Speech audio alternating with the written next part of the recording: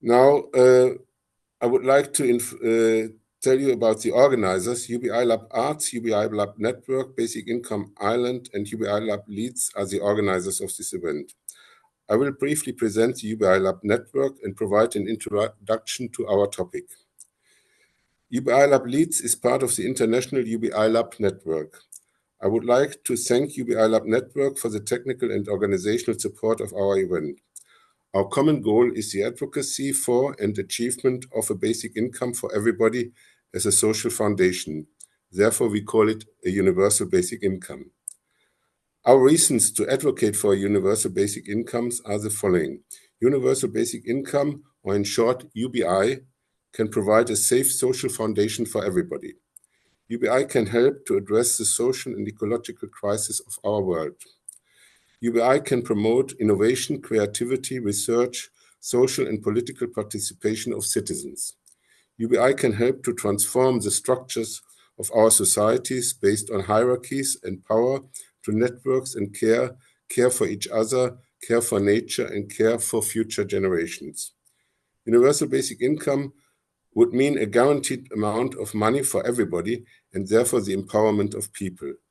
We think that the basic income for the arts pilot scheme in Ireland is an important step in the right political direction.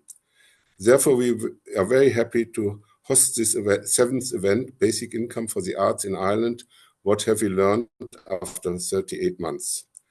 I will briefly now introduce the concept of basic income and inform about some other basic income schemes, followed by Toby informing about UBI Lab Arts and John Baker from Basic Income Ireland talking about the specific Irish situation, and Maria Fleming explaining the position of the National Campaign for the Arts in Ireland. The following may be a repetition for some of you who have joined our previous events, but I think it's still important to explain to some people who may be newcomers.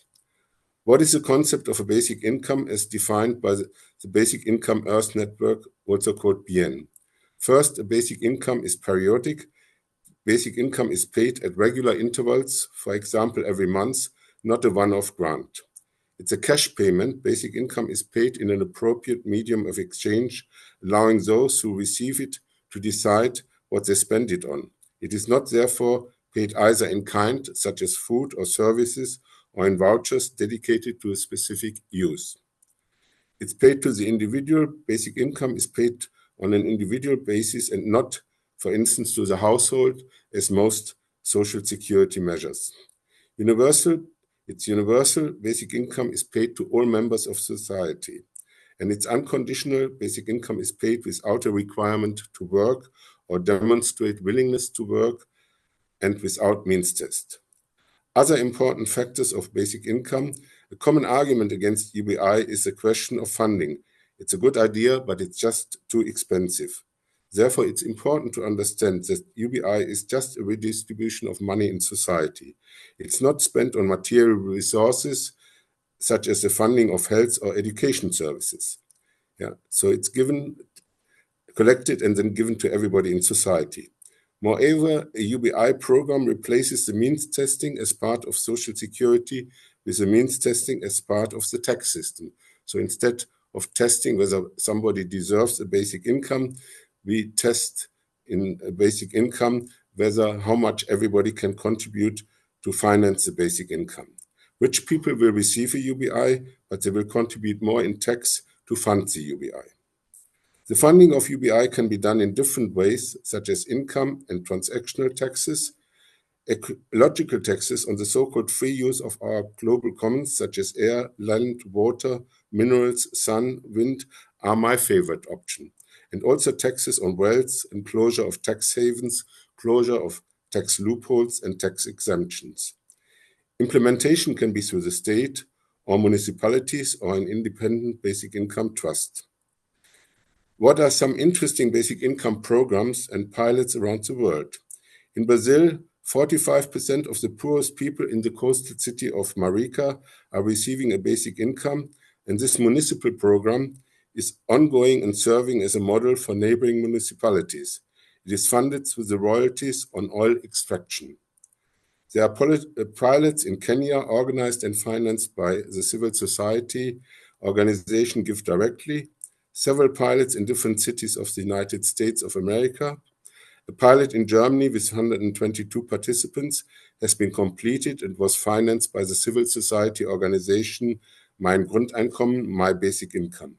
The evaluation has shown large improvements in mental health, purpose in life, and life satisfaction. A Welsh basic income pilot for young care leavers has ended this summer. The pilot proved popular, with 97% of young people who were eligible taking part in this basic income pilot. The state of the Marshall Islands in the Pacific Ocean has just introduced the first national basic income paid by a sovereign wealth fund, which is partly financed through US compensation for the destruction of the Bikini Atoll due to nuclear testing. I pass now on to Toby from UBI Lab Arts.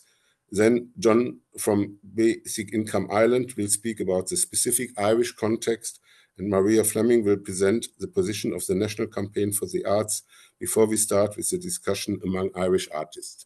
Thank you for listening, and I wish you a good webinar. Thank you. Please, Toby, continue. Thanks, Reinhard. Hello, everyone. Good evening. My name's Toby Lloyd. I'm one of the co-founders of UBI Lab Arts. UBI Lab Arts is a group of artists and arts workers who are interested in using creative methods to deepen and broaden the conversation about universal basic income. We were founded in September 2020 during the pandemic, and we were one of the first labs set up to explore and represent people from an identity perspective rather than a geographic location. So I think the labs before us were UBI Lab Sheffield and UBI Lab Liverpool, for example. We chose to use the term arts in the lab's name in order to represent a wide range of creative practices, from visual artists to musicians, theatre makers, dancers, and others. We use the term arts workers as we acknowledge that many people working in theatres, galleries, and music venues are artists and musicians themselves, who are working in these spaces in order to support their practice, or at least attempt to have a practice. Many don't have the time or energy to make artwork or to write music after the day or night job, especially if they have caring responsibilities. A key reason why we support the idea of a basic income is that it would create more space for artists and arts workers to make their work, at the same time as enabling more people to explore their creative potential. It would also mean that more people would have time to experience the arts and engage in cultural activity, whether it's going to a gig or watching a football match, reading a book, visiting an art gallery, any other sort of activities which fall into that category. UBI Lab Arts exists to advocate for UBI at the same time as being a forum for research to better understand universal basic income and its wider implications on society as a whole. We've done this through sharing and testing and applying creative and artistic methods to complement the wider work done by UBI Lab the UBI Labs in campaigning for pilot schemes across the UK. We acknowledge the importance of research and empirical data to make the case for basic income, but we also know that narratives are what changes people's minds. For example, if you had all the if all we needed was evidence, we would have solved climate change by now. And we believe that the arts can help bring the human stories to life and activate people's imagination, which isn't always the case when looking at graphs and statistics. A good example of this is how television dramas like Mr. Bates versus the Post Office have been able to raise awareness of issues and bring about actual change. As a member of UBI Lab Arts, it's been a real privilege to be part of these online events and hear the experiences of artists who have taken part in the trial in Ireland as recipients of the basic income and also as part of the control test. I feel like these conversations will play an important role in shaping discourse around the trial, and we're really excited to see what will become of it in the future, especially now that the trial is coming to an end and potentially the next stage is about to begin. Okay, thanks very much. Great. So I'm John Baker from Basic Income Ireland, and I'm going to give a brief summary of the pilot project and the current situation. The basic income for the arts pilot program was started in the last Irish government, and a new government was formed in January 2025, and that the new government committed to assessing the BIA pilot to maximize its impact, whatever that means. The pilot began in October 2022, and the recipients will receive their final payments in February. Now, the pilot's stated purpose has been to assess the impact of what they call a basic income style payment to the arts sector. 2,000 recipients were selected randomly from over 8,000 eligible applicants. They've been getting an unconditional 325 euros per week, treated as taxable income. There's a control group of about 1,000 other arts workers, and all the participants report regularly on various aspects of their work and lives. Now, the department has issued 5 reports at this stage on the impact of the program. All are publicly available at gov.ie/basic income arts. The most recent report came out in September, and it was a cost-benefit analysis. And the headline of the report was that for every €1 spent on BIA, there was a social benefit of €1.39. And there are a lot of interesting and sometimes puzzling findings in that report, but interesting reading. Now, the department also, since we last met, has held an online public consultation and a stakeholders meeting in the autumn. And one of the key issues that arose in both those exercises was whether economic need should be a criterion for inclusion in any future program. Now, prior to the budget, the National Campaign for the Arts called for retaining the scheme and expanding it to include a larger group at a rate of at least 325 euros per week. The Artists Union Praxis called for the scheme to be expanded to all artists and for the payment to continue throughout their careers. We in Basic Income Ireland have also called for a permanent program covering all artists throughout their careers as a step towards basic income for everyone. And we're pleased to have Maria Fleming, the chair of the national campaign, here this evening to give her own perspective on current developments. Now, the budget for 2026 was announced in October and included funding for what the Minister for Culture, Patrick O'Donovan, called a permanent successor scheme to the pilot, and he confirmed that the pilot will end in February and that the new program will be designed and sent to Cabinet for approval sometime during the year. Based on media reports and what we've inferred from the public consultation and stakeholders meetings, the new program seems likely to be similar in scale to the pilot, that is, around 2,000 people will be selected for payments lasting a limited number of years. There's no clear indication of how the selection process will work, but I know Maria may have some other things to add to this account. So there's definite progress, but we're a long way from having a basic income for all arts workers, and we're a very long way from universal basic income. Thanks. Over to you, Maria.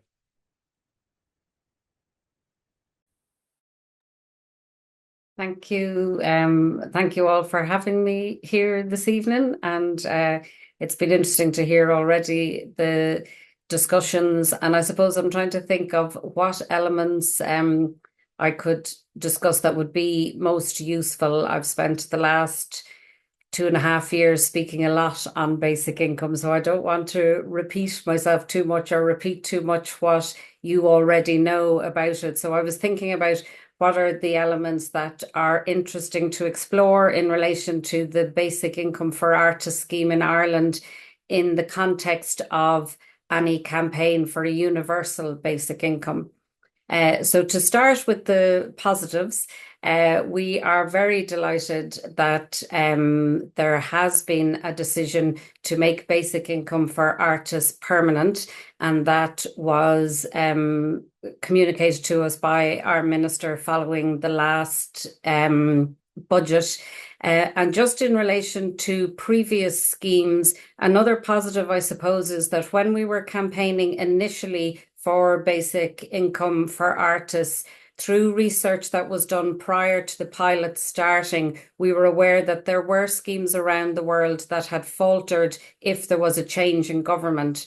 And we were aware that if there was to be a pilot across 3 to 4 years, that there would be a change of government within that time. And one of the things that was really important to do, and that work was spent on, was talking to opposition parties at the time and asking them that if a pilot scheme was commenced, would they commit to continuing that scheme if and when there was a government change. So I think that's a really important point, because there have been pilot schemes or trials in other jurisdictions that have faltered where there is a change of government. And we were delighted that with the change of government, although there wasn't too much of a change, that still the scheme, the pilot scheme, was continued to the end. And actually, prior to leaving, the previous minister had secured an additional amount that was left at the discretion for the next minister in how they wanted to spend that, but an amount that was ring-fenced for basic income. And as was expected at the time, the new minister elected to use the additional ring-fenced money to extend the scheme beyond the original planned duration of the pilot and allow for additional research in order to make the case for a further scheme.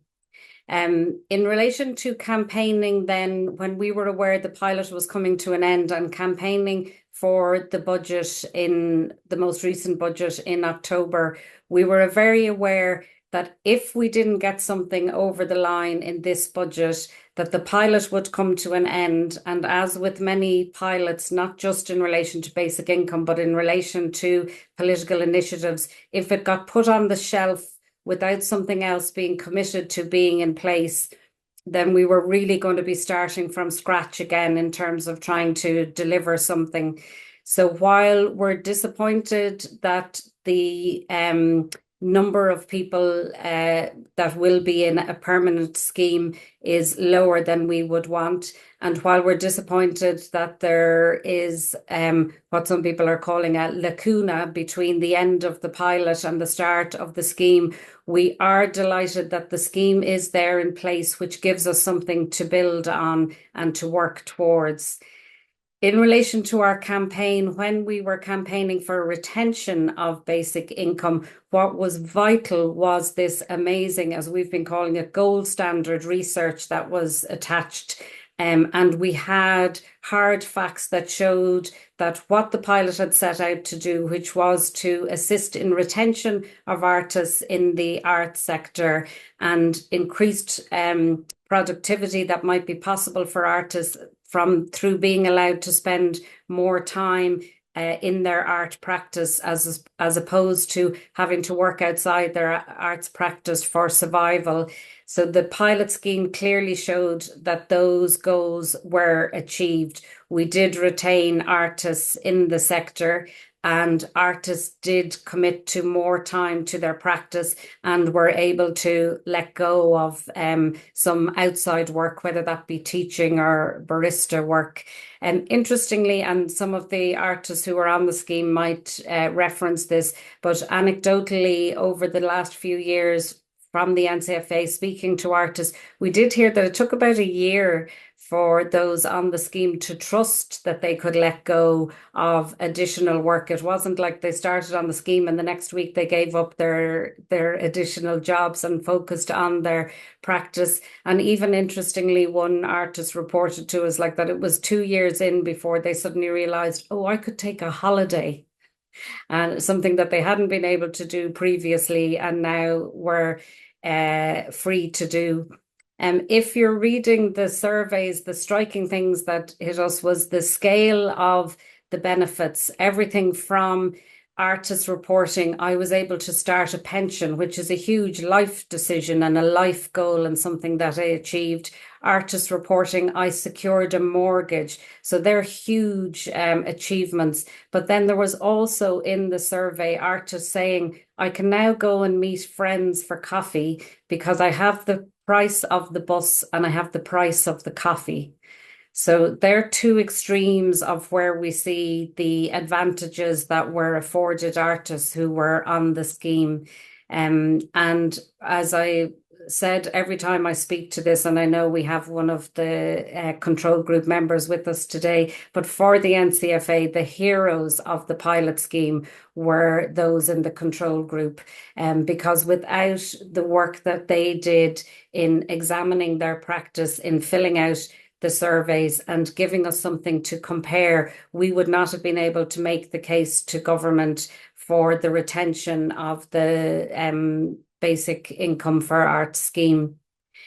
One of the things that was striking to me was talking to members of the control group, and one artist in particular really wanted to explain to me that prior to being on the control group, she had always considered herself privileged to be an artist and that she had a good quality of life. And as a result of completing the surveys as a control group member, she came to be dissatisfied with her situation and viewed herself as being very disadvantaged within society when she compared to what other people had, and the questions around enforced deprivation that were within the survey. So it's not without cost for those members of the control group who very generously gave of their time and their vulnerability and their experience.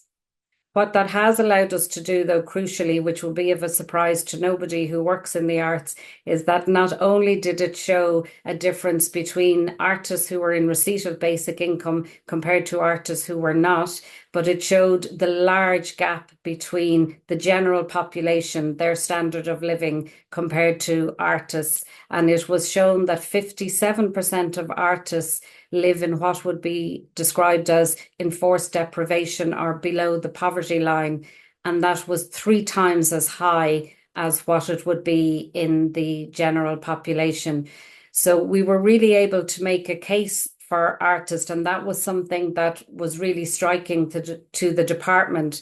But if you are looking to work towards universal basic income, you want to have an argument that is beyond just the economic, and you want it to be something that is available not just to people who are in poverty, but to everybody in order to benefit a whole of society. So in some ways, some of the arguments that we had to make to achieve the basic income and get it over the line really went against some of the ideals that some of our members had around a universal basic income. And we were, in some cases, feeling like we were arguing against ourselves in some way. It won't be a surprise to those of you who have been campaigning around universal basic income for any length of time that the chief argument that we were given when we were campaigning, and that I would get in comments when I would appear on radio programs, was, why should anybody get money for nothing? And the other argument that we got was, if you can't make a living from your art, then you're not an artist, you're a hobbyist. So we obviously disagreed with those arguments, but it's just to give you an idea of what are the discussions, which, as I'm sure to anybody here, is no surprise to be hearing that. In terms of the department and working closely with officials in the department, we were really encouraged by how passionate they feel about basic income for artists, having seen the reports and having got to understand what the reality is for artists out there. I will say that now we are starting to hear in terms of cohorts in Ireland rather than geographical areas for basic income as a result of basic income for artists. So, for example, when there are discussions within government, you will frequently hear people saying there should now be a basic income for carers or a basic income for farmers. So it's interesting that where other jurisdictions have that, there have been geographical calls for basic income. Now in Ireland, I think as a result of basic income for artists, there is a call for different cohorts of people. Just looking at my notes to see, was there anything else that I wanted to say? I might leave it there and take questions. There's a lot that I normally talk about when I'm speaking about basic income, which I feel would be teaching grannies to suck eggs in this meeting. But I'm very happy to share that if there are obvious questions that I'm leaving out. And thank you again for the time, and a huge thank you to the artists and those in the control group who are speaking publicly, because as you were aware, the pilot scheme was fully anonymous. So people are making a choice in order to progress the campaign by coming out and speaking publicly themselves, and we greatly appreciate that. Thanks so much, Maria. That's great overview of your campaign and the basic income here. I'm going to open the discussion by thanking our artists for joining us this evening. Shane Finan, who's in the control group, Tygo Curran, who's a recipient, and Lauren Conway. Thank you so much for being with us. So I'm going to facilitate some questions to you as you've been doing these sessions every 6 months or so. And so now I suppose we're at the point where we're coming to the end. So it's really interesting to hear your reflections and kind of look back. And I suppose the opening question would be how you feel being either a recipient or being in the control group has affected your well-being, and thinking of your well-being in terms of financial, overall financial experience, perhaps your stress levels, and thinking of anything else that surprised you in terms of your well-being. If anyone wants to jump in first.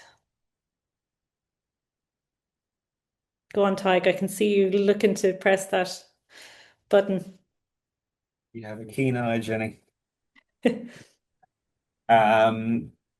Hello, everyone. I probably know a lot of the people on the call here, but for those who don't know, my name's Tygo Curran. I'm a visual artist in Galway, and I've been a recipient of the BIA. And I also do some work for Praxis, the Artists Trade Union. So I guess for a lot of the last year, I've been kind of thinking of basic income in terms of as a policy and as a scheme, I suppose. So I guess sitting down this evening, I was trying to self-reflect, which is always good crack, and think about what it's been over the last couple of years. And so yeah, I mean it does what it says on the tin, you know. It's My life has certainly been more comfortable because of it. Financially, I haven't really needed to worry so much. My position was okay. You know, before the basic income, I was doing all right. I was having some success with my work, and my costs were low. And so certainly then it got a little easier then. And then stress, I don't know. I mean, I feel like artists are a bit neurotic sometimes, and we'll always find something to stress about, whether it be our work or so on. But yeah, I don't know. I found that like over I began at some point during the pilot, I decided to kind of I don't know, try and give something back, and that was kind of how I ended up working on a voluntary basis for the Artists Trade Union. And it was interesting to see that a lot of people who are volunteering and taking a more active role within the union were also basic income recipients. So what that all kind of means now in the new year, we shall see. And then I suppose myself in the new year, I mean, I guess from around this time last year, I was kind of asking people and trying to find out like what's the word on the street? Is this wrapping up or what? So I guess earlier in the year I took on a job because I figured it wasn't it was going to finish up. So yeah, so I've been managing some art studios that will continue. And so yeah, so I don't know. Think ahead almost and fill that gap financially. Well, sure, yeah. I mean, that was always the thing with we've talked a lot in these meetings over the last few months about how this was like a UBI and how it wasn't like a UBI. And one of the ways in which it wasn't like a UBI was that it had an end date, unless it was going to be extended and expanded as we campaigned for. But we kind of worked with the assumption that it was coming to an end, so it wasn't. Once you're 2 years into it, you're thinking about the end of it and how to continue on after that. So yeah, to figure out how to continue in the style that I've become accustomed to. Absolutely. Lauren or Shane, would either of you like to go next? Yeah, I can go next. Yeah, I think I'm probably coming from maybe like an interesting position. I got the sort of the basic income quite soon out of college. So my experience has been really colored by that support. I did have about a year or two sort of working in hospitality, doing a little bit of teaching, doing some sort of paid arts work as well. But I would say probably less than half of what I was making was coming from sort of paid income in the arts at that point.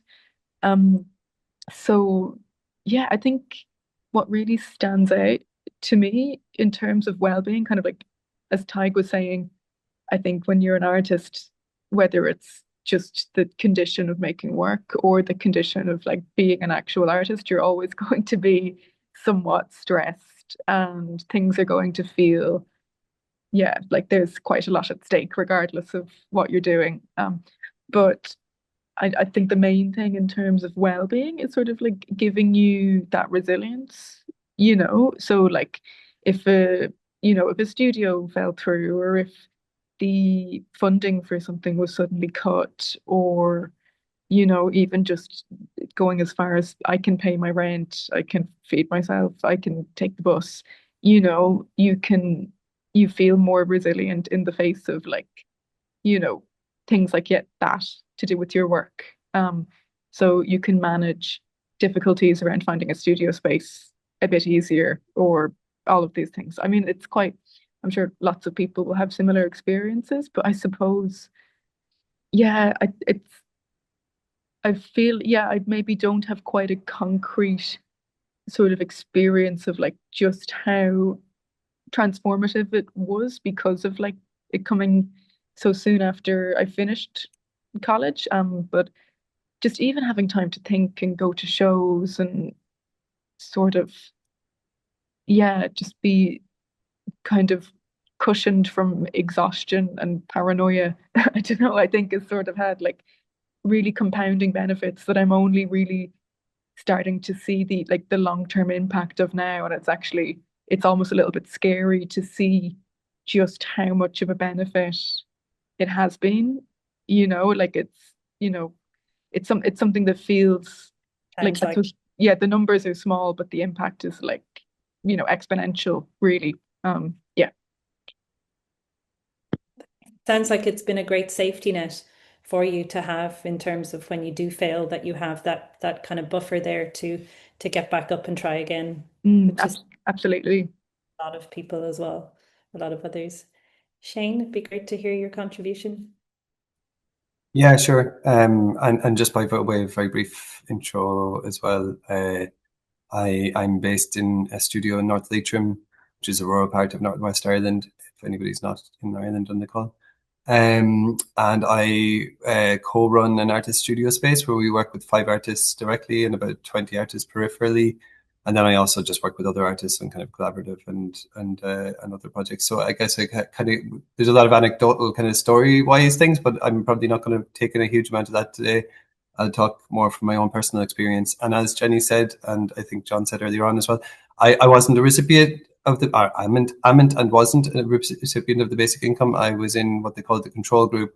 So I got paid a payment twice a year to fill out of, I think it was €325 each time to fill out the forms to say kind of like how it was affecting me not being a member of the, not being in receipt of the basic income, so that there was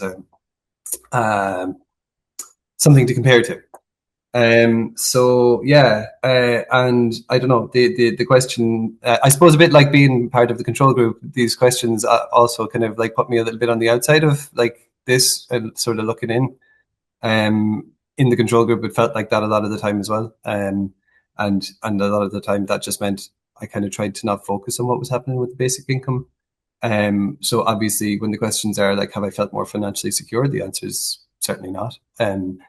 It's the last time we met 6 months ago. I said where I was at the time. I had just faced an eviction from our landlord at the time. So my family, my partner and I and our daughter, we were getting evicted because our landlord was selling up the house.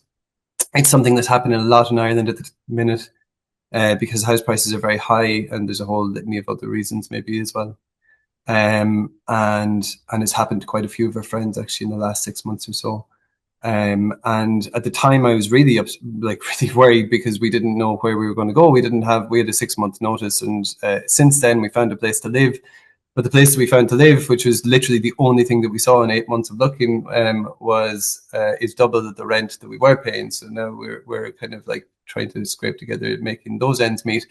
So if you were to say, would it have been beneficial for me to have had a basic income at this moment in time? Yeah, absolutely, it would. Like, I mean, that would have taken all of the edge off that and made things so much more secure and safe. And I don't think that I'm the only person going through that. And actually, and Alicia's not here, unfortunately, on the call, but Alicia went through exactly this at the beginning of the scheme. I think maybe we were on the second meeting, about 6 months in or 8 months in or something like that. And Alicia Doody, who it wasn't able to make it this evening, she's sick, had also faced an eviction at the time and ended up finding rent, and spoke about how this safety net was extremely important in that moment in time. So I think that that's kind of like, but that's also part of that broader conversation about like, universal basic income. It's not just precarious employees who are dealing with this. Like, this is a kind of a societal thing, and there are deeper societal issues that are kind of causing it, but it doesn't mean that having a safety net of like a consistent income wouldn't be of great benefit. So yeah, I guess that's enough of an answer for that question. Move on. Shane, you're right. There's all different types of crises when we can think about it in people's lives. There are different circumstances that where a universal basic income would be really helpful. I'm wondering about the impact on on the quality of your work. How do you think the basic income or being in receipt of the basic income or not impacted the quality of your work? Will we keep going in the same rounds? It's your turn again now, Tig. Can do, yeah. Yeah, geez, I'm trying to think what I was where I was 3 years ago in that sense. Certainly, yeah, in the first 2 years I felt like I got into a good kind of a good groove with my work. I was happy with it, and some good opportunities kind of came my way as well. And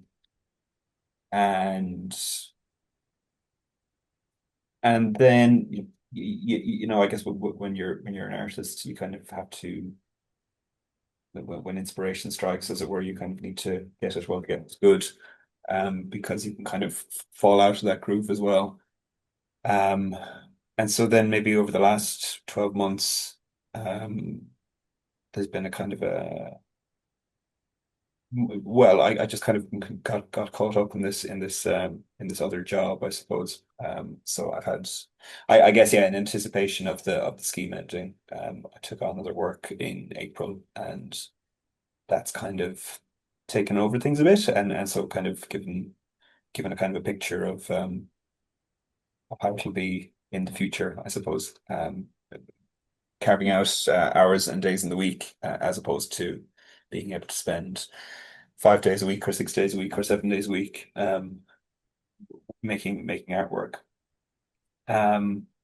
But yeah, no, I could definitely see the benefit of kind of having that space and time to make work, and also to not make work, because I guess one is always kind of, when you're working job to job and gig to gig, as it were, you're always kind of chasing your tail, I suppose.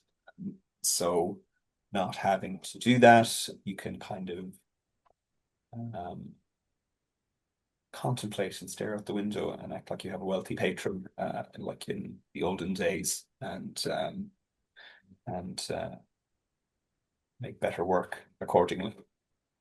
So in that sense, did you feel you had more autonomy of your own work in terms of how you do your work and when you do your work? Yeah, for sure.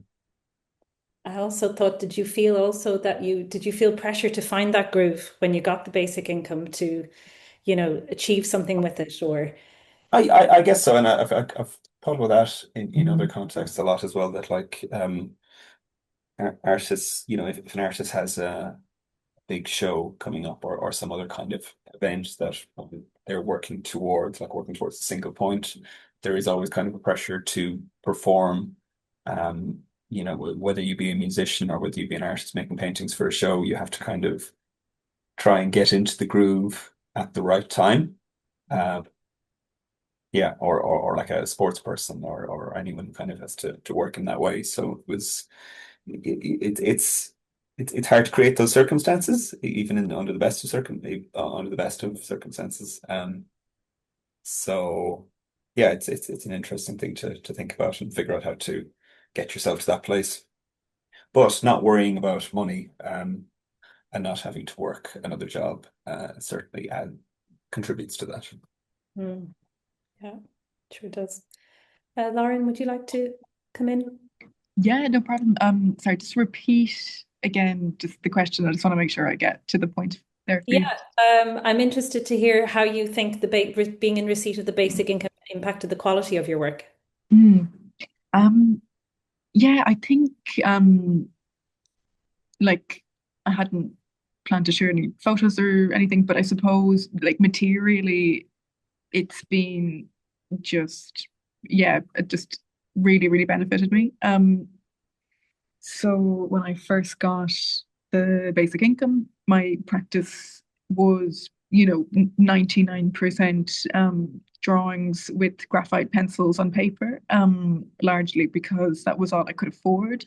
And that was also largely because the space I was working in wasn't really bigger or appropriate for much else at the point, or that at that point. And then sort of that, like the sort of the basic income coincided with another opportunity for me, which was a graduate residency at the Royal Hibernian Academy in Ireland, or Dublin more specifically. So as part of that, what they were offering to me as a graduate resident was access to a lot of their sort of painting classes and like, drawing classes, life drawing, specialist workshops with different artists who would be associated with the academy or invited in from elsewhere. Um, so, obviously that's an incredible opportunity in its own right. Um, but actually, what the basic income allowed me to do was to be available to have like that time to actually take up that offer. So like while I was really well supported by that opportunity, if I didn't have the basic income, I probably would have been working a part-time job 3 or 4 days a week at least during the day, which would have meant it wouldn't have been possible to do the majority of those classes. So I know some people were saying, or someone was saying there, that artists didn't kind of quit immediately once they got the basic income. It was a different story for me. I kind of stopped everything because it coincided with this residency, and then I kind of assessed the damage, so to speak, and kind of built up from there. So without this, I wouldn't have a painting practice. I wouldn't be making work large scale. I wouldn't be experimenting with different materials or techniques. And I'll touch on more of this later, but it's allowed me to jump onto new educational opportunities that have now allowed me to learn even more new skills. So it's just been like completely life-changing, to be completely frank and cliche about it. Yeah, I wouldn't have the sort of practice I have now without it, just to be honest. Yeah. That's great to hear. It sounds like it would have been a much slower progression for your career otherwise. So it's really 100%. Yeah. Yeah. great. Thanks, Lauren. And Shane, same Yeah. question.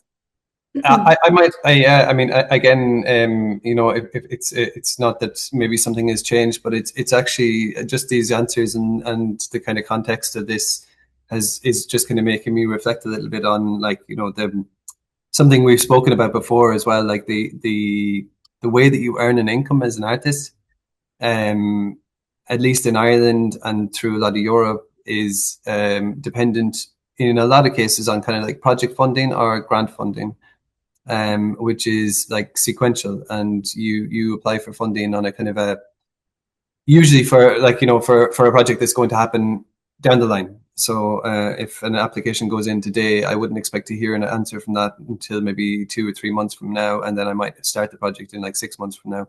So that's a kind of a time scale that you work to, where you're kind of constantly chasing something that's happening in the future.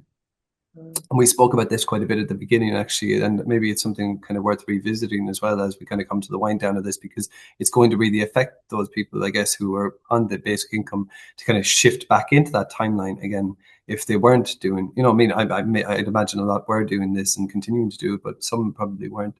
And that kind of forward thinking yourself like into what's happening in 6 months or 12 months from now, always kind of like seeing that, also means that you're kind of like, you're not really focusing on what you're doing right now, or not, like, maybe not always mindfully focusing on the things that you're doing right now. And I think that definitely affects me as an artist, is like, sometimes I kind of like, especially when times are kind of tougher, like, like I'm not in a very secure place, I don't have a lot of income coming in. The focus is entirely on like, how do I make sure that this can kind of like roll around and kind of like in the coming months, and not end up in this situation again in 6 months time or 8 months time or whatever. And then like trying to kind of like have any time to focus on what it is I'm doing in the studio, it just entirely goes out the window. So yeah, it's just, maybe I'm just kind of thinking about that as these two, as Tig and Lauren were answering, and just kind of like reflecting back also on the previous meetings that we had, and that were on the recordings and everything, if anybody's interested. Yeah, I definitely think the competitive funding nature within the sector is very difficult, in terms of your work and your creative practice, and being able to focus on that. And I suppose that's one of the benefits of the basic income, has been the time allowed, and to try and mitigate that kind of repetition of deadlines and forward planning that's constantly taking your focus away from your practice. Thanks for that. And I know within the interviews I did with artists, just thinking of the next question, a lot of people were reticent to disclose that they were in receipt of basic income, or what has been your experience of whether you have disclosed it, or comments from others, or particularly fellow artists, or members of the public about the basic income, would be really interesting to hear. Yeah, well, kind of just following on from the last question, and from Shane's point then there as well, that kind of forward-looking way of looking at things, it's not being conducive to being in the present, and to making good work necessarily. Not necessarily that doesn't, not saying that it doesn't still happen, but that it is yeah, difficult to kind of switch from that forward thinking, forward planning email brain to the more creative brain. And I guess that's why the basic income has been so popular as a concept among artists. It really kind of captured the imagination, I guess. And yeah, we talked a good bit about how others, how we perceived ourselves amongst others, and how others may perceive us, and who divulged the information about being in receipt of it, didn't, and how it went like that. And generally, I didn't make a secret of it. I didn't shout it from the rooftops either, but that would just be kind of my own instinct not to self-publicize anything really. But generally the kind of feedback that I would have gotten both from artists and from non-artists was positive, but certainly if you cast a net a little further, kind of beyond your direct net of people who friends and acquaintances, to strangers on the internet, as it were, there were other points of view, and that kind of gets to, I guess, some of the questions about the future of this scheme and the successor scheme. And it's basically around selection and how future artists or future recipients of it will be selected. And it seems like it's moving further away from the idea of a basic income towards something else, something that's means tested or something that's selected on merit.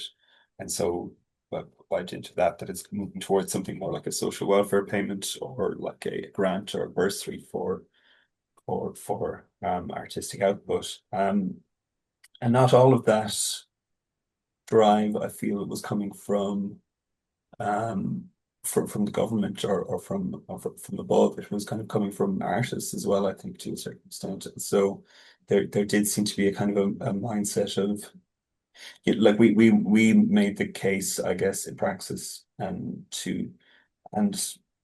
similar to John's case in Basic Income Ireland, that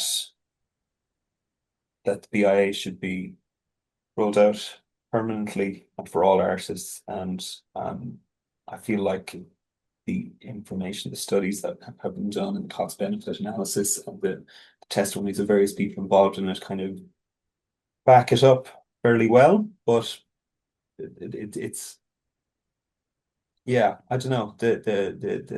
It's hard to convince other artists of that in some cases. And there is still a certain cohort of people who feel that it should be for a certain group of artists and not for all artists. And that's a kind of perspective I found, which I was maybe a little surprised by, but maybe I shouldn't have been. But that's yeah. But kind of going back to that though, that like the current way of funding artists and the arts, I don't think is necessarily the most conducive one to seeing the best art get made, and doing it this other way could bear different results. And I could wither on a bit longer, so but I'll let some other people have a word as well. Thanks. Shane or Lauren, would either of you like to come in? I just say one thing I remember from the very beginning was is an artist that I know here in Hamilton who we were talking about before the whole thing rolled out, and she just said, "If I get it, I won't tell anybody." I was like, "Why?" And she just goes, "Because imagine how angry everyone would be." It's like, oh, right, yeah. I don't know if that transpired that way, like, but I can see where people were thinking that. Buy for a coat, turns that were there signs. I don't know if she got it yet. I never found out. Yeah, following on from what Shane said there, I think that was a really real concern for a lot of people. I think obviously most artists are generally quite sensitive people, or sensitive to others in one way or another. So to be honest, I think when I got it first, I experienced quite a lot of guilt, because even like my partner, who I was then able to move in with because I had the basic income, wasn't in receipt of it.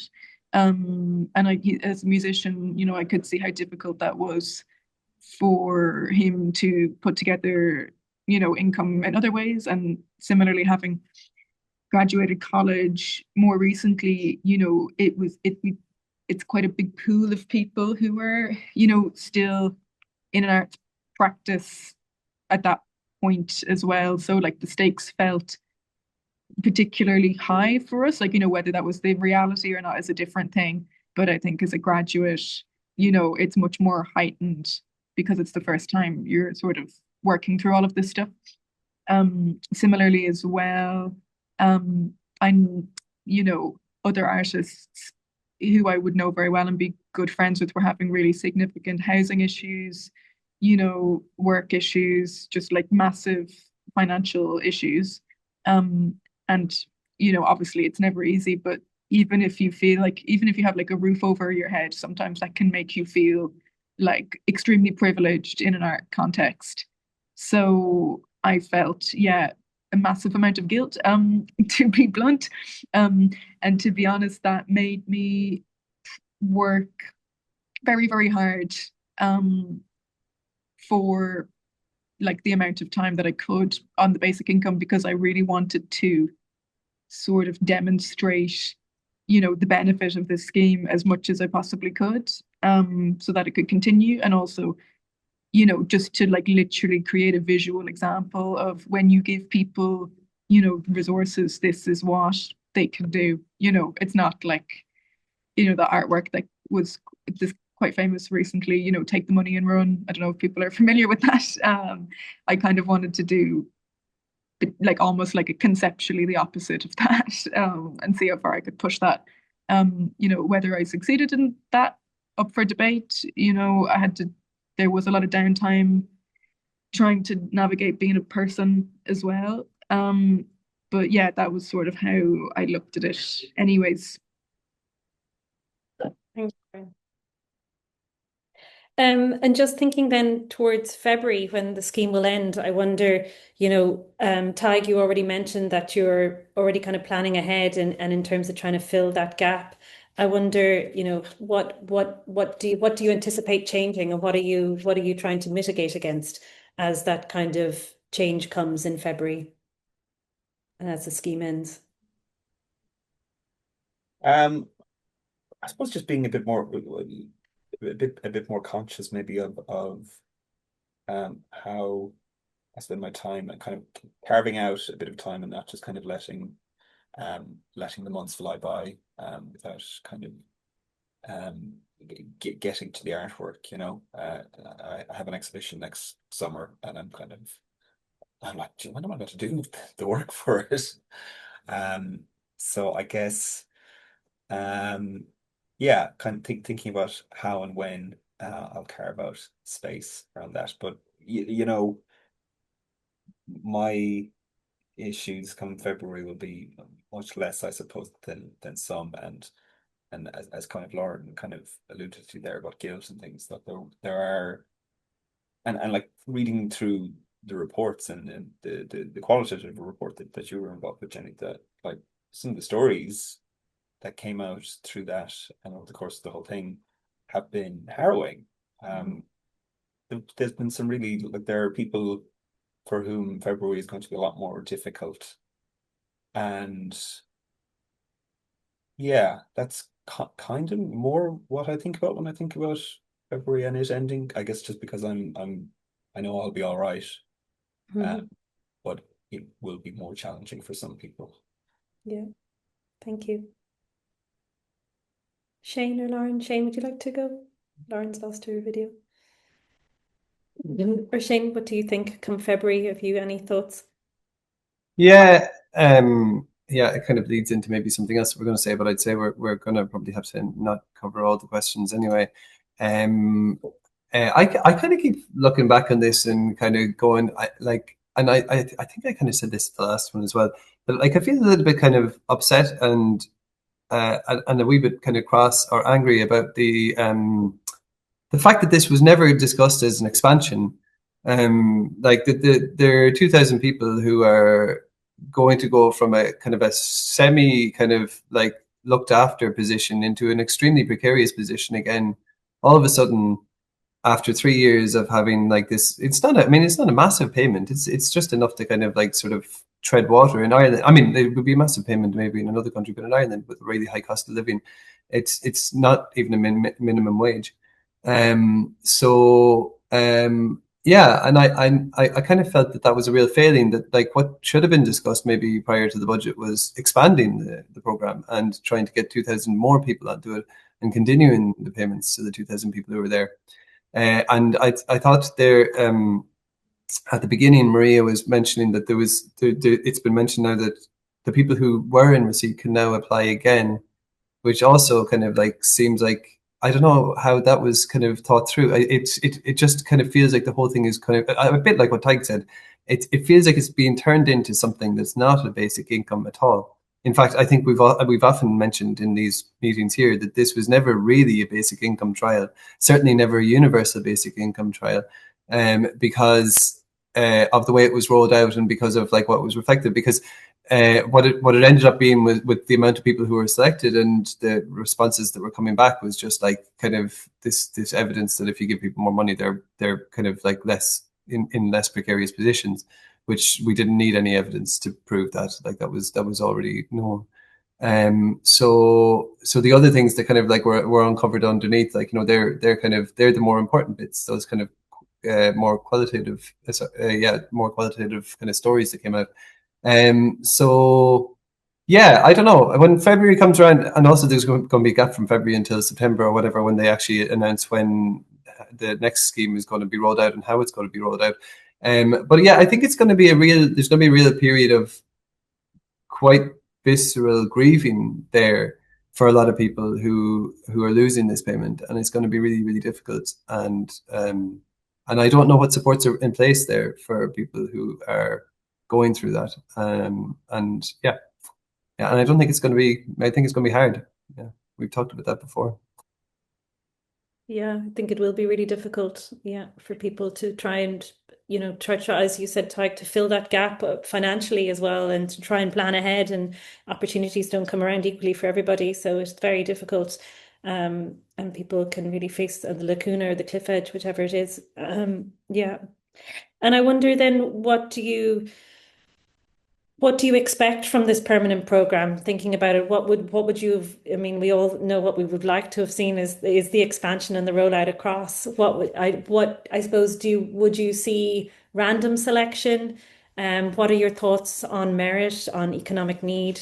Do you think that they will make? What kind of criteria do you think they might include in the next scheme?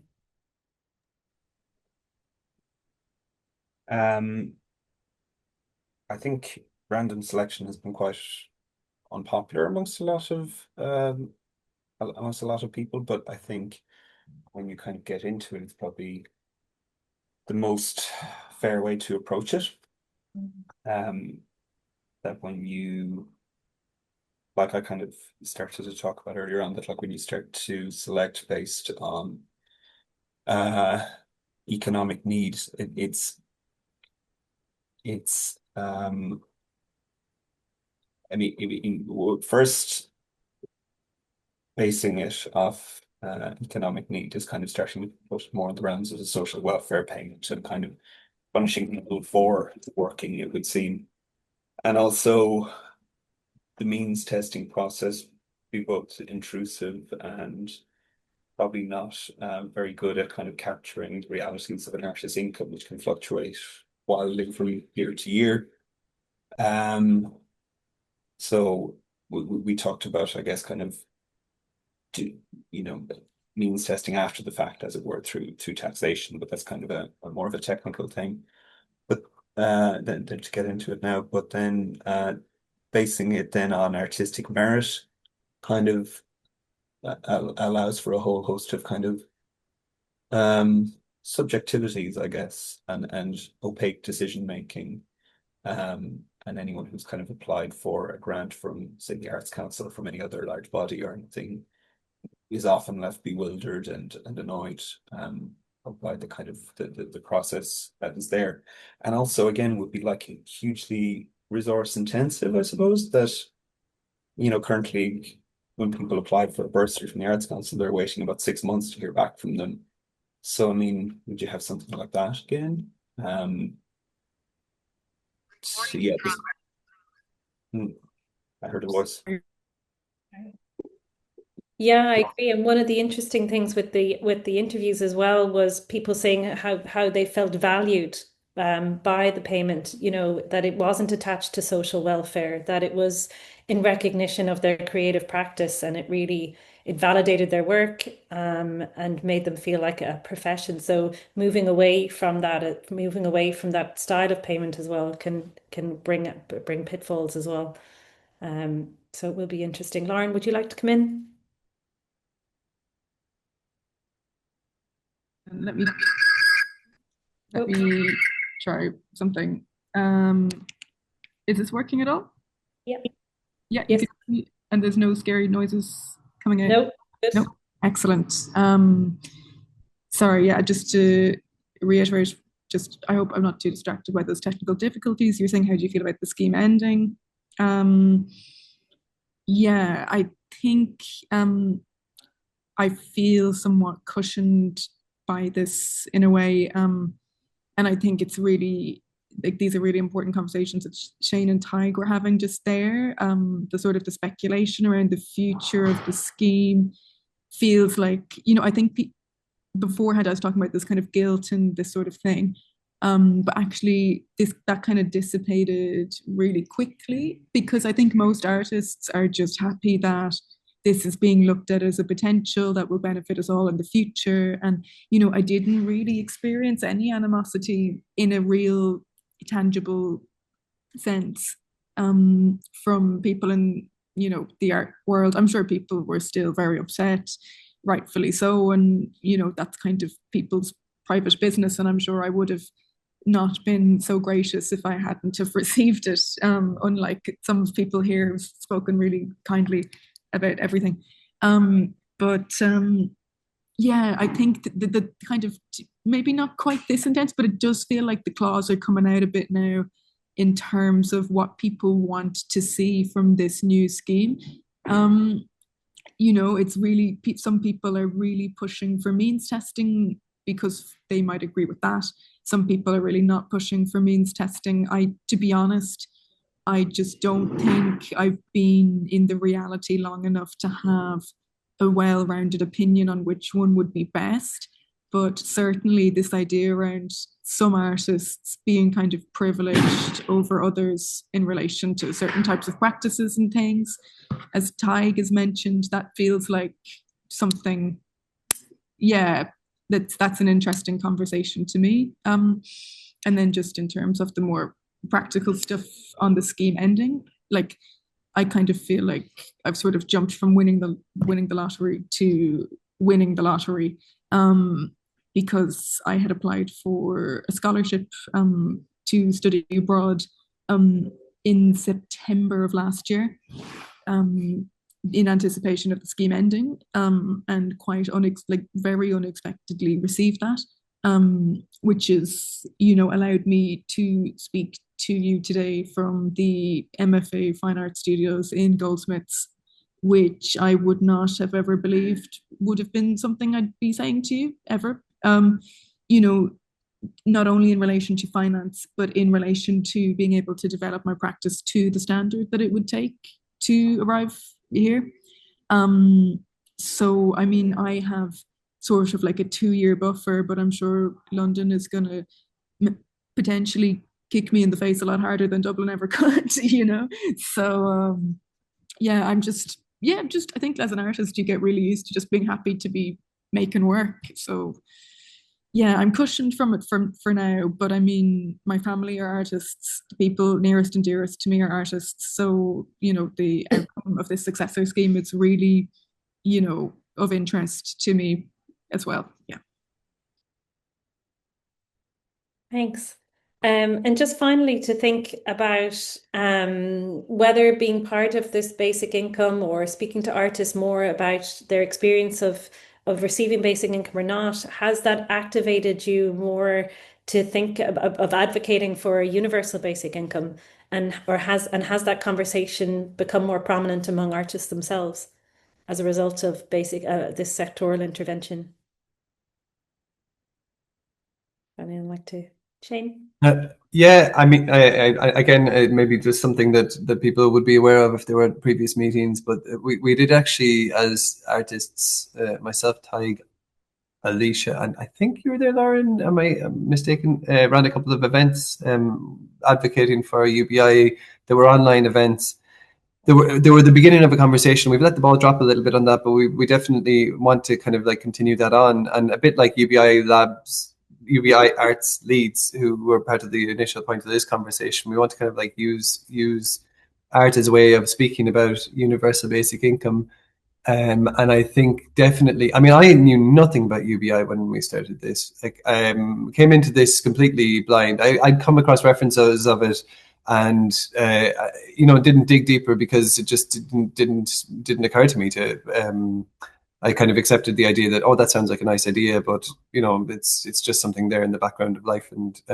But with the digging deeper and kind of learning from Reinhard and John and Anne from Basic Income Ireland and Reinhard from UBI Lab Leeds, and speaking like over the course of this time, I've been really impressed with like the huge knowledge base that's there for such a long time about something that I really didn't know anything about, and that I'm kind of like picking up and learning a little bit about now.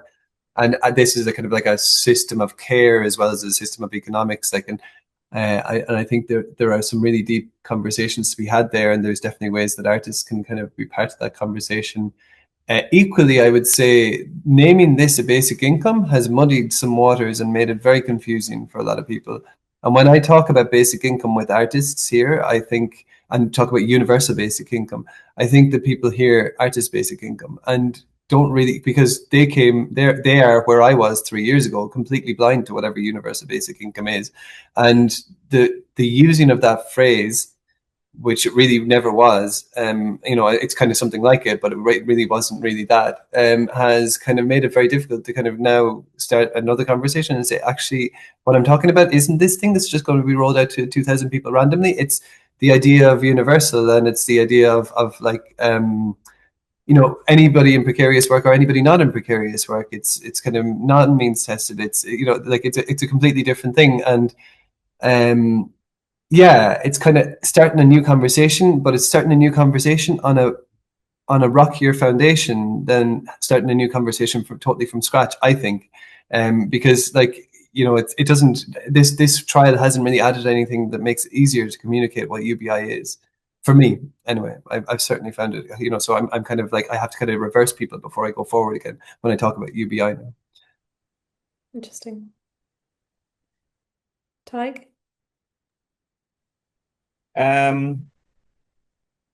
Yeah, in some sense that I'd echo a lot of what Shane said. How people have fallen in with this UBI crowd. But yeah, in some senses, I think I don't hear lots of artists talking about UBI. I'm talking about the artist based income, but expanding that out on a much broader level. Yeah, I don't know. I think when you start kind of asking those questions, or depending on who you ask and like how engaged they are with these kind of broader themes. And I think in a survey that we did in Praxis, like I think we asked we asked our membership, are you in favor of basic income? And like the large majority of them came back, like maybe 80% came back saying that they were, and that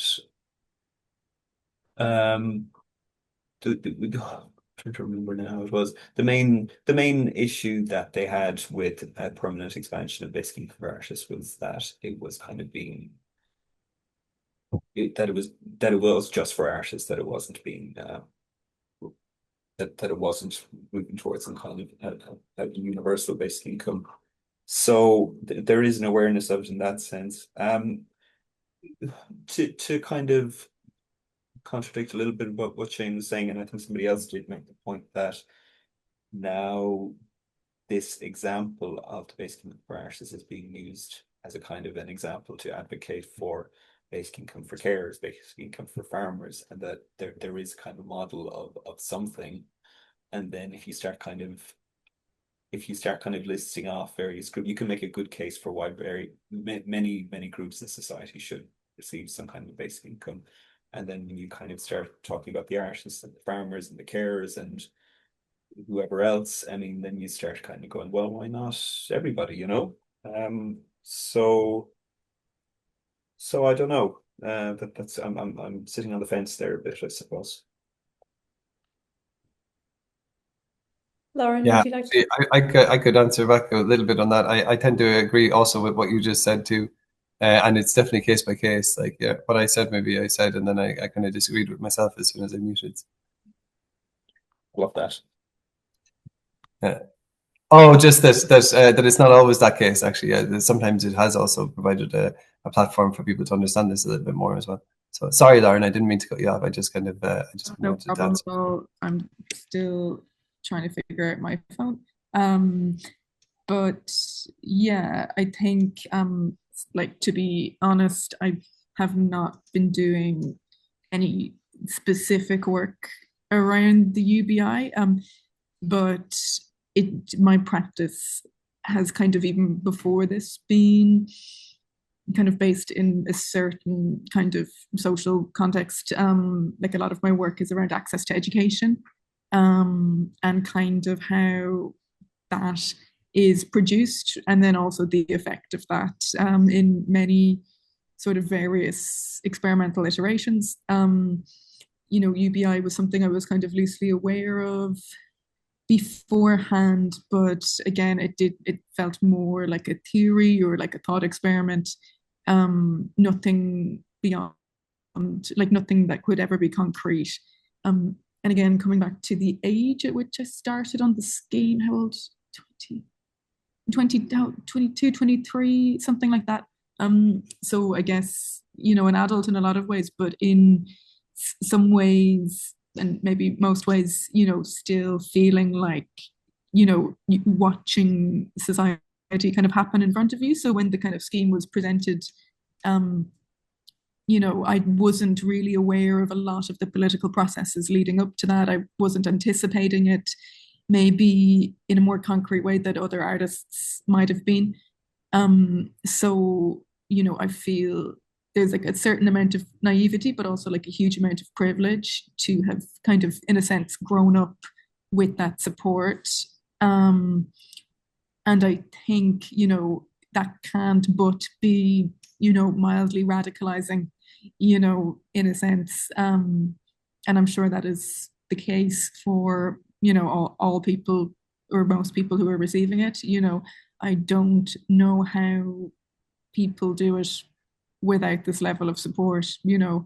Like, my mum did it, so I'm like, I know people can, but it's like, I personally, yeah, I just think it's just made me want to engage with these issues deeper. I should be doing more volunteering hours like Tyke and Shane, but it's certainly just been more and more present in my work and feeding into the conversations I'm having at Goldsmiths, and in my practice more generally.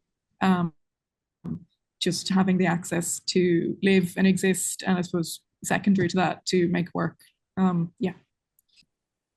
Thanks so much. That's the end of my questions, unless there's anything anyone would like to add before we move into the questions, perhaps in the chat or from the audience.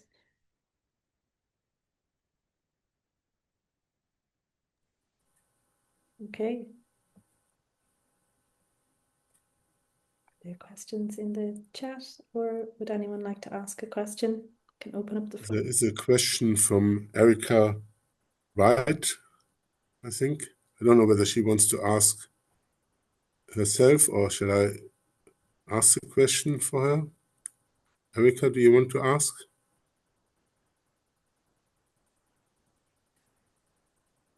I don't know. Okay, I mean, basically, Erica was asking the question, was there a main pardon? Reinhard, I'm just Hello? checking, is Eric able to unmute? I'm not sure if they're... Yeah, we've given the opportunity to do that. Yeah, okay. I think, I don't think. Yeah, I mean, she was asking a question, was there a main narrative used when talking on radio or with government officials? I think this is probably referring to the talk of Maria regarding the basic income for the arts in Ireland trial. Yes. That's how I understood it. Yes. So the main narrative art campaign was based around retain, extend, expand basic income. So we were campaigning to have a larger number of people on the scheme, and ideally, as some people have said, ideally to add to those who were already on it and see it grow year on year, that there would be more artists added to it and to expand, because there were some restrictive criteria in who was eligible for it in the first instance. So there were artists and some arts workers, but not every category of art workers were included in the first criteria. So our campaign and the narrative when we were speaking on it to radio was to retain, extend, expand. And obviously we haven't been successful in every element of our campaign. But like I say, I would be more in the tying side of the campaign, and Shane's second opinion of the campaign, that we have a good starting point now. We've a foot in the door, and now we've got to push the door open to see further expansion of basic income. And just to say, like, while we've been on this call, I've got a message in from a newspaper in Montreal looking for an interview. And like, since this, I've had requests from Austria, Australia, France, the UK, all over the world. People are really interested and watching this in terms of a scheme. Is it perfect? No. Is it ideal? No. Does it solve every problem? No. Is it a start? Yes. I think, we have something here that we can build on, and government are listening. They're not necessarily agreeing with everything that we say, but they are listening. And I think it's interesting, Ireland will hold the presidency of the EU Council in 2026 from July to December. And the National Campaign for the Arts are planning to hold a conference or symposium. We're not sure what it will be yet. Across that time, because the minister has already said that there is huge interest from his European counterparts in basic income for artists. So sorry, that's a very long answer, answering a few different things that came up there. But our campaign was retain, extend, expand, and we would still be looking for that, even though we haven't achieved it fully in this iteration. Okay, thank you, Maria. There is another question. I don't know, Chelsea, do you want to ask yourself, or shall I raise this question? I'm just trying to. Chelsea wants to. Hi everyone. Thank you for this discussion. Yeah, I had a question kind of around with the permanent program now being shaped and hearing some of like y'all's kind of concerns and unknowns about like what that program is going to look like. Is there like an advisory committee of some sort that can help kind of support informing how the selection process will work, how the program will be shaped, and hopefully that advisory committee maybe look like has some folks that were participants on it or the people that have been leading the program to date. So there isn't an advisory group. So where the initial pilot came out of was a task force that had people from all across the sector feeding into the minister, and that was in response to COVID. So the task force was then disbanded. That's not in existence anymore. There was a consultation, which I think you might have heard referenced earlier, where the entire sector was invited to a consultation that was facilitated by the department in discussing the next iteration. And the NCFA are in contact with the department. We have an ongoing working relationship with the department, and we've been feeding in what we hear from our membership. We're planning to have another sectoral meeting soon with our membership, and issues that will come out of that we will report back into the department. But that's not in a formal advisory capacity. That's just the ongoing positive working relationship that the National Campaign for the Arts has with the department. But we are pleased that they are listening to us when we do talk to them, but we don't get a final say in anything. Gotcha. Thank you.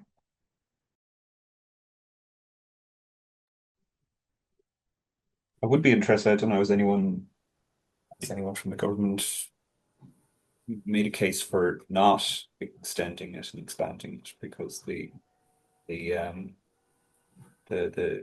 I guess somebody said at the beginning of this meeting, maybe Reinhardt said it, that you can have all the statistics and findings that you want, but it comes down to the will to do it, and there does seem to be a ideological blockage around this particular one. Yeah, But- definitely around the Department of Economic Reform have, I would say, a very large blockage against anything that resembles a universal basic income, and we're not very open to discussions of the artist basic income, and I think that was where there was a lot of resistance. So in the the latter end of our campaign, we really targeted Jack Chambers and Pascal O'Donoghue. So that was the ministers within the Department of Finance, and it was kind of through gritted teeth. Jack Chambers congratulated us on our campaign and how much he was hearing about it, but he was not happy. But there were a lot of supporters, and a lot of people got it and understood it, like including Simon Harris was very supportive. I met with him very briefly on it. But yes, I would say if you're looking for where the barriers are, I would start at the Department of Economic Reform. I don't have their number, but I'll look it up. And like, I mean, how do you kind of move mountains and that sort of thing? Like, that seems like, I mean, people, they're purse string holding civil servants. They're people who are pre-programmed into trying to avoid spending that is high risk. Like, so, and for them, this is probably exactly what they would see is like spending this high risk. Well, one way you move the dial is the cabinet reshuffle, which we have had. So Simon Harris is now in a different position, and if we can keep him on board, he now does have the purse strings. But the other way, the thing that we definitely found was really successful, and we heard it directly back, was individual constituents. So artists contacting their local politician and like really motivating the artists who were within, like the meeting that the NCFA got with Jack Chambers was on the back of, we went in with two of his constituents. So we let the constituents speak first, and then we came in behind, with the hard sell. And it really was amazing. Like, probably not for too much public dissection from here, but we were told towards the end of the campaign, a message came down to us from Micheál Martin's advisor saying, will you call off the arts sector? We got the memo. So I think how you shift the dial is boots on the ground. I think he made the point in some meeting, or we picked it up somewhere, that the local authority, the Dublin City Council and the Donegal County Council, kind of coming out with motions in favour of the basic income. That was not a small thing, I suppose. So that's kind of where we've been thinking in recent weeks, I guess, to kind of work that angle, I suppose. But I don't like having to rely on Simon Harris now. That's kind of been a discomforting thought, but